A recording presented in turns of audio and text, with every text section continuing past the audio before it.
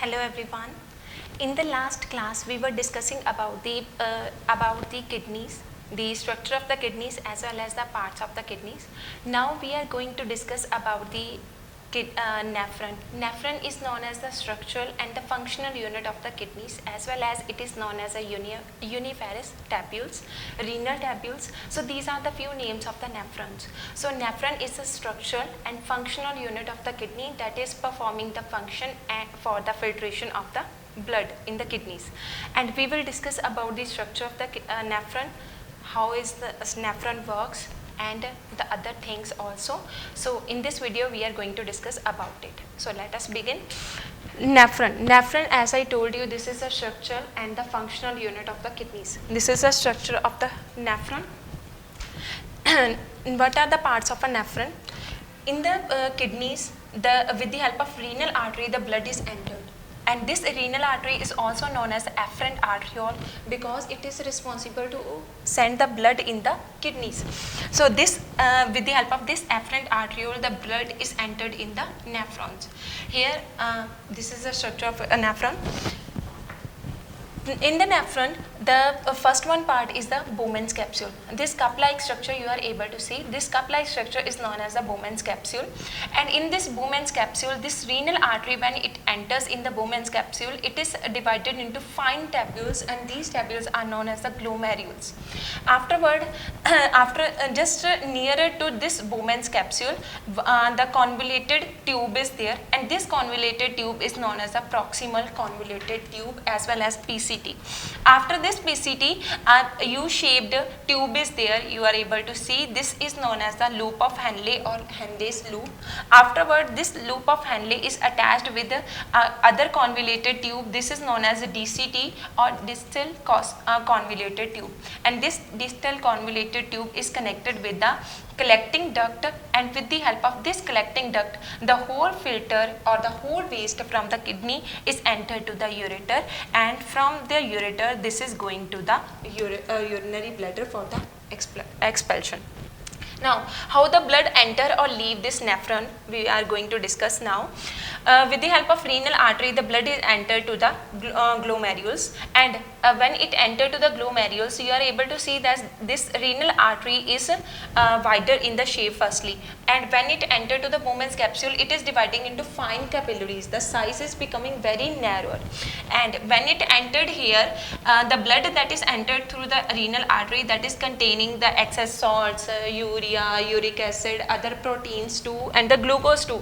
And when it enters, the only liquid content is filtered out, means that remained in the glomerules, and afterward from the glomerules, that liquid content it entered to the renal vein for the further purification, and the rest one filter is remained in the Bowman's capsule. What are that filter? In that filter, the excess salts, urea, uric acid, sodium salts, as well as the other chemicals are also present that are going to the PCT for the further filtration. I gave you the example of a juice. Whenever we are taking the juice out from the fruits, what is happening? The peel of the fruits are remaining out in the juicer, a box of a juicer, and rest one liquid is we are getting in the other one container, and that we are drinking. And you know that if you have observed that the peels that are coming out from that juicer, in that peels too, the some content of the juice as well as the other minerals are also present, and that we can use, okay, and that are have some minerals are there that are helpful for our body too. So like this way, the filter that remain in the Bowman's capsule, in that filter some essential components are also present, so that are going to the PCT for the further filtration. From the PCT it is entered to the loop of Henle, and afterward it is entering to the DCT, and from there, from the DCT, the remaining part that remained there, that is totally the waste product that our kidneys have to expel out from our body, and from there that is going to the ureter. So by this way, the kidneys work. With the help of afferent, the blood is entering with the help of afferent. Now you have to keep in mind this thing, that afferent A representing the artery that are responsible to send the blood to the kidneys, and afferent E is responsible to exit of that blood, means it is responsible to send that blood out from the kidneys. So by this way the nephrons work. In the nephrons the three type of processes are there, and that processes are responsible for the filtration of the blood. What are the that three processes? First is known as the ultrafiltration. Ultrafiltration. Second one is known as the reabsorption.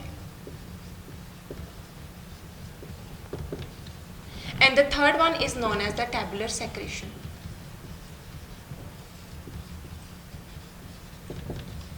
Now what is the difference between these three and how these three are working? Ultrafiltration takes place in the Bowman's capsule when the blood, the liquid content of the blood is taken by the renal vein and the other filtrate is remaining in the Bowman's capsule. That process is known as the ultrafiltration. And next one, reabsorption. Reabsorption takes place in the PCT.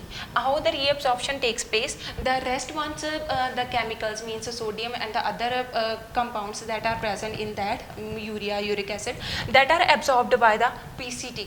Okay, and rest one again it's sent to the Henle loop. Henle loop is responsible to reabsorb the water content that is present in that waste product, that filtrate that is coming out from the Bowman's capsule. So it is responsible to reabsorb that water. Afterward the tabular secretion takes place.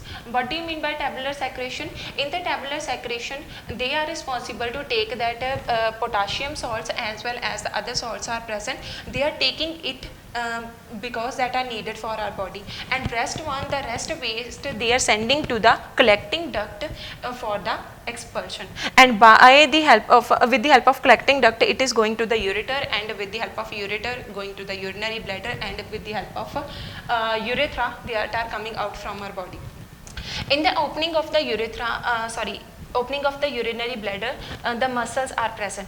That muscles are responsible to prevent the backflow of that filter in the kidneys, okay, that are responsible to prevent the backflow, and that muscles are known as the sphincter muscles that are present at the opening of the urinary bladder, as well as the sphincter muscles are responsible for the urination process also.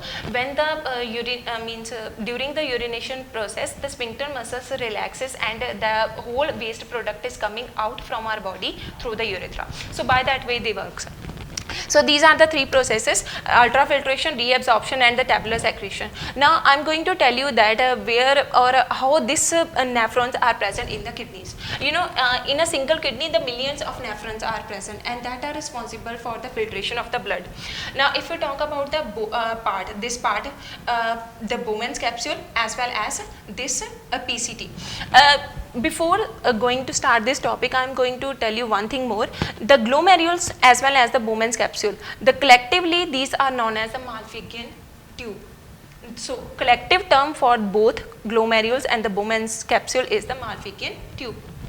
So this Malpighian tube and the PCT, these are present in the outer surface of the kidney, means in the cortex part. It lies in the cortex part up to here, okay.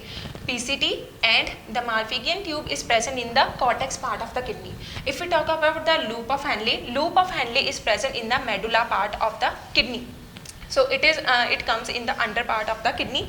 Afterward again the DCT and collecting duct, DCT is coming to the cortex part, and the because this medulla part is connected with the pelvis part, and collecting tube is responsible to connect this one part with the papilla, and with the help of this papilla it is connected with the pelvis part, and by the pelvis part this filter is going to the ureter, and with the help of ureter it is going to the urethra, and by the help of urethra it is going to the urinary bladder, and with the help of urinary bladder it is coming out with the help of urethra, and by that way the whole process is taking place. Means by this way that waste is coming out from our kidneys, from the pelvis to the ureter to the urinary bladder, and from the urinary bladder with the help of urethra that waste is coming out by the urination process. So this was the whole process of the filtration that takes place in the kidneys. That are the three type of processes: ultrafiltration, reabsorption and tabular secretion.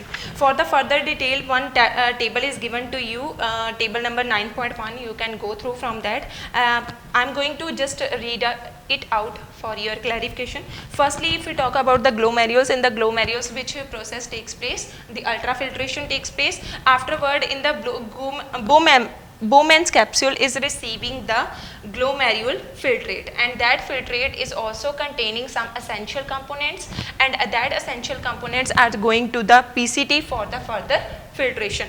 Next one, the proximal convoluted tube as well as the PCT is responsible for the reabsorption of the water as well as the much of the glucose, sodium chloride ions. And next one, loop of Henle, some reabsorption of water is also takes place in the loop of Henle, reabsorption of water and the sodium ions. Next one, in the DCT means distal convoluted tube. In the distal convoluted tube, the remaining chlorides and some water is there, that is again reabsorbed in that, and afterward the balls secrete some potassium and foreign chemicals such as penicillin and other drugs also into the form of ruling, and afterward the remaining filter is entering to the collecting duct, and from the collecting duct with the help of ureter it is going to the urinary bladder, and in the opening of the urinary bladder the sphincter muscles are present that are preventing the backflow of this filter in the kidneys, and from there with the help of the urethra that is coming out from our body, and this process, the expelling out of this waste from the urinary bladder with the help of urethra, is known as micturition as well as the urination process, and this process is controlled by our brain, means our central nervous system, that are totally controlled by that. So this was my whole topic. Hope you understood. Thank you very much.